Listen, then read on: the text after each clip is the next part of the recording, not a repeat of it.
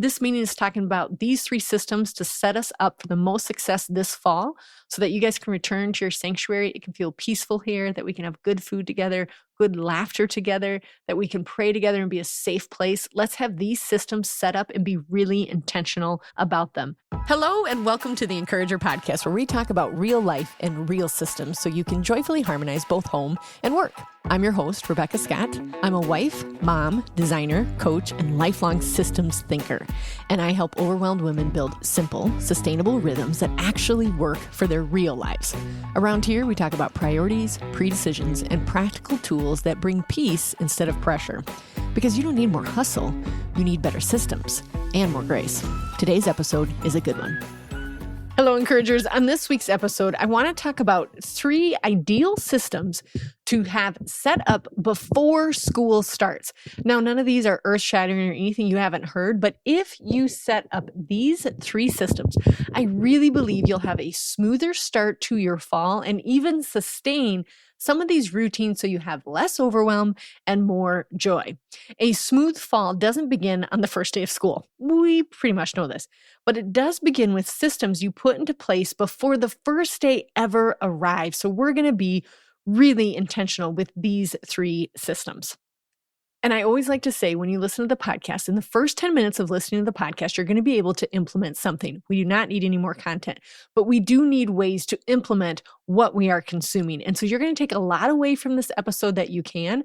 But one of the homework assignments I do want you to follow through with, and that is booking a 30 to 60-second meeting to set up these systems and to talk with your family about how you are going to implement them for your amazing fall to come. System number 1. Your calendar system. If your family doesn't know what's happening, they'll constantly feel behind, which you already know this. And depending on the ages of your kids and personality, some are like they don't care, and some are like really anxious when they don't know. So think through, what is your calendar system? Here's the thing, with your calendar system, the goal isn't the prettiest planners, even though I know you love the stickers in the back of the planner. That is not the goal here, to have the prettiest planner or to have the fullest calendar or to even have the most organized planner. The goal is to make sure everyone knows what's happening. That is the goal. That is the simplest form of a planner or a calendar. It's just that everyone knows what's going on so you can help one another. You can be in community with one another and help one another. So ask yourself these questions. Where do you look for your calendar? Is it in a place that is easy for everyone to reference? And then, what's happening this week? Is it clear to them what's going on that week? And talk through who needs to be where, at all the things that would be within your calendar. And then also asking the question, what are the important dates, events, or things that we want prioritized this week? Those are all around your calendar system. And if we're talking about the actual calendar system, like a hard calendar, ask yourself, what does a calendar look like? Is it a big paper one on the side of our fridge? Is it a digital one? I know they have tons of resources for that. Is it more like a shared calendar on everybody's phone? What is the physical thing that your family will reference as their calendar system? Sometimes we just don't even declare it for ourselves. We have our own and our husband has our own, and maybe the kids bring home stuff. But as a family, what is your calendar system going to look like? And each one of us is going to be different. I'd love to hear about what yours looks like on our Encourager podcast on Instagram, but I want you to decide and then communicate it well with your family. This is what our calendar system is. Then talk through where this calendar is going to be placed so that there's less overwhelm. They're like, I don't know what's on the calendar. And then also like how you're going to implement when things have to change. Do you cross it off? Does it look like crossing it off digitally? Does it look like crossing it off on paperwork? I mean, really just as detailed as is comfortable for your family. And I say that because some of you are like, some children just cannot handle too many prompts at once. So for you and your family, figure out the calendar system that'll work best. But if you have a calendar system up and running before the fall starts, you'll have a much smoother fall because everyone knows what to expect when they're thinking about important dates and the calendar system. For my family in particular, we actually do a large paper calendar on the side of the fridge. I try to stay away from digital stuff. We're on digital stuff enough. And I know that people swear by their digital calendars, But so far, I have just dug my heels in and the paper works for us. I get to fill it out. I love paper and pencil. The kids now pencil in their own things that they want that are important. And then all of the forms that come into the house, I actually put in a folder above the fridge because it's right next to the calendar system. So if in the event, which does happen, I get the calendar wrong or the time wrong or we're unsure, the kids crawl on top of the fridge, get that folder down, and then reference the actual letter from the coach or from the event or whatever that says, Mom, it actually starts at 2:00 and it's on the 15th or whatever. I always keep the paper form that we got from the event or the calendar thing, but I also put it on our family calendar and it sits right there. My husband and I do not even have a shared Google Calendar. And if you just gasped, that's totally okay. But we have jobs where we work at home. Nick works on our farm and ranch. And so we reference each other a lot. Like we talk a lot during the day. And so that has just worked for us thus far. But if you've got a shared Google Calendar, that is the most amazing thing in your marriage, please continue that. What I want you to take away from this is that the first system you need to have set up for what works for your family is the calendar system, and really lock it in for what will work for your family. System number 2, your food system. Food is one of the biggest consumers of mental energy. You know that I talk about this a lot on the podcast. And especially in those first few weeks of school, it's like, oh my gosh, one more thing. So I don't want you to wait until you're exhausted on the second day of school to decide what's for supper. I'd rather you're able to be still, burn out any fires of everybody overreacting from all the different schedules and overstimulation and everything. I want you to just be able to be like, supper is planned. We are sitting on this couch and we're going to talk about your day. That's what I envision for you. So that's why we're going to set up a solid food system for at least that first little bit of school. I hope that your food system can last even longer than that, but that is what you are preventing, is that scene on the second day where you're like, I don't even know what's for supper already. Okay, so I want you to discuss with your family and with yourself for the food system. Are you going to do weekly meal planning or is it monthly meal planning?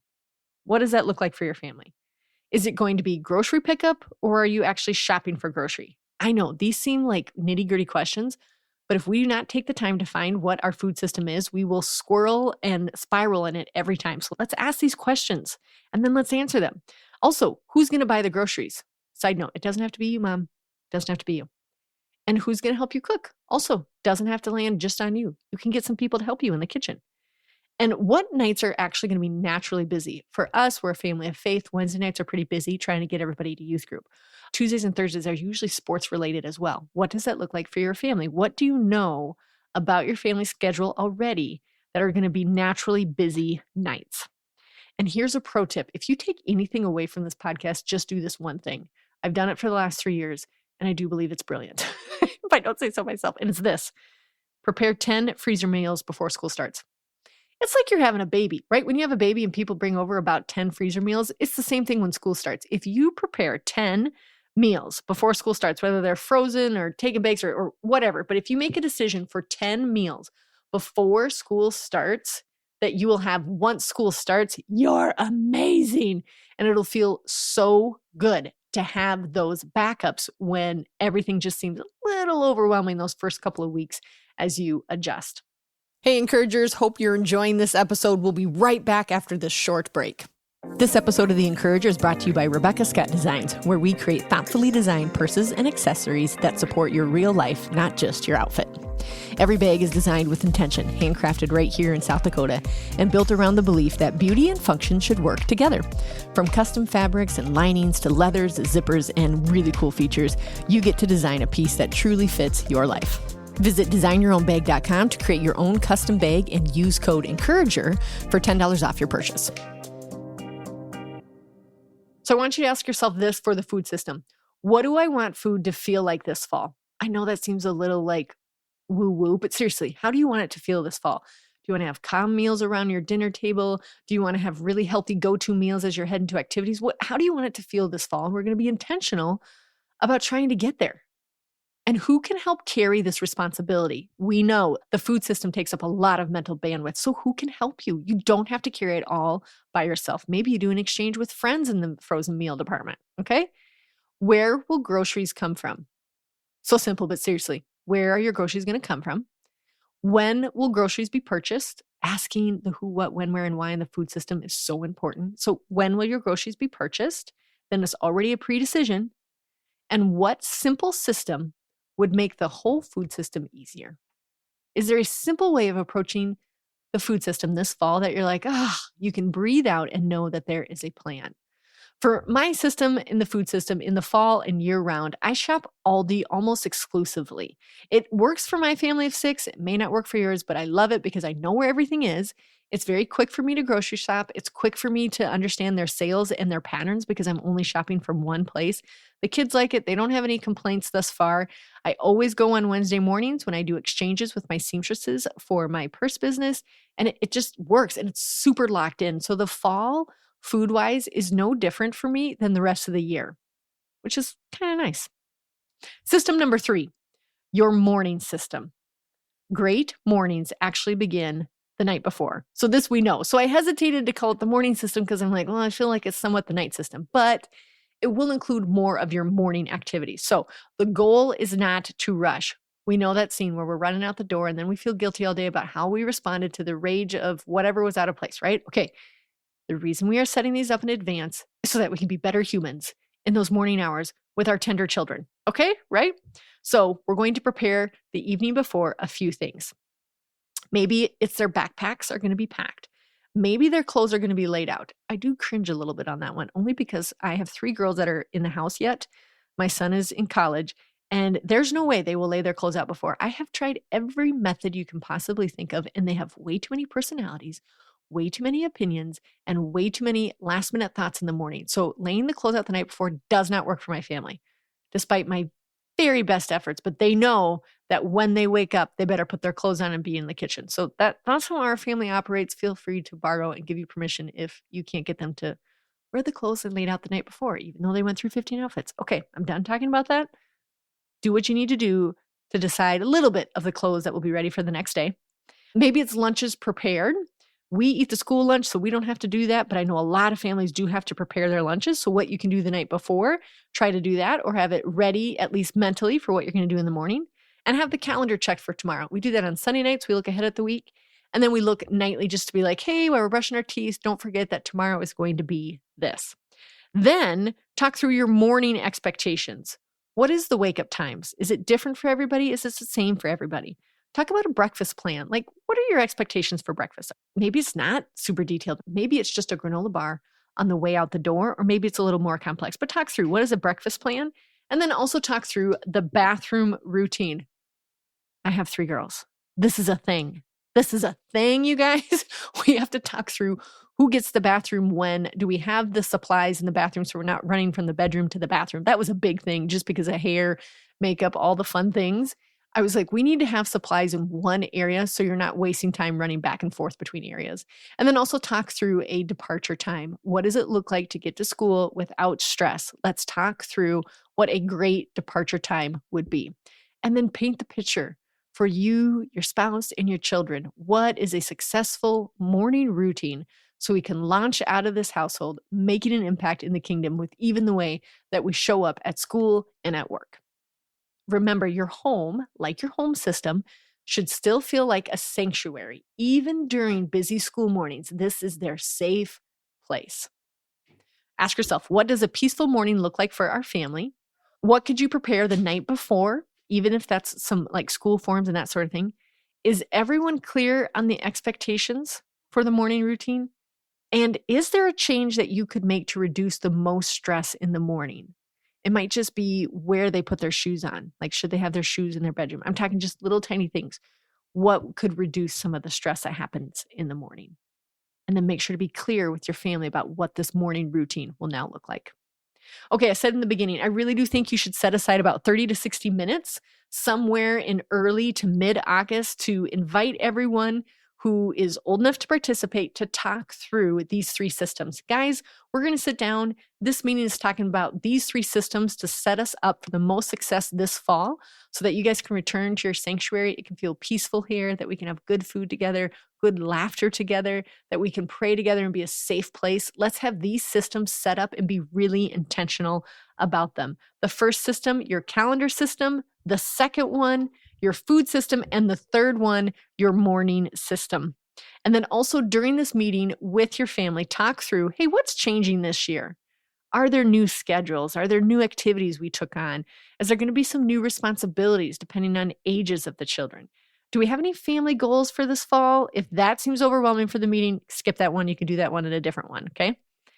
Also, this one is a little bit stingy, but you need this feedback from your children and from your spouses. Are there areas that felt difficult last fall? And how can we make that better? And then, of course, what can we improve this year so our fall is set up for optimal success for our version of success in our unique family? Remember, children often support what they help create. So give them options, listen to their opinions, implement their opinions so that they have ownership in these three systems. You don't need a perfect family. You don't need color-coded binders. Everyone, do not go to Amazon and get your color-coded binders. You don't need to do that, okay? And you don't need yet another planner. You just need a little preparation and intention for these three systems. Harmony and the freedom to move through a busy season with confidence grows where intentional preparation has already happened. Your September will be incredibly thankful that your August took just 1 hour to prepare. And if this meeting idea really lights you up for what you can do for your family and help you be intentional, and you're like, gosh, I want to be more intentional about my work system and more intentional about the other 5 systems that Becca talks about all the time, I would love to come and hold your hand next to you, do one-on-one coaching with you. I have several spots available for the fall and really help you set up all of your systems for optimal success for the entire year, not just the fall. It is my sweet spot when I get to look at you uniquely, who God made you uniquely, stand beside you and help develop these systems. Until next time, encouragers, we got this because He's got us. If this podcast has encouraged you or helped you in any way, I'd be so grateful if you'd subscribe and leave a 5-star review. It truly helps more women find these conversations. And if you're listening thinking, I don't need more motivation, I need someone to help me figure out my actual life, that's exactly what I do.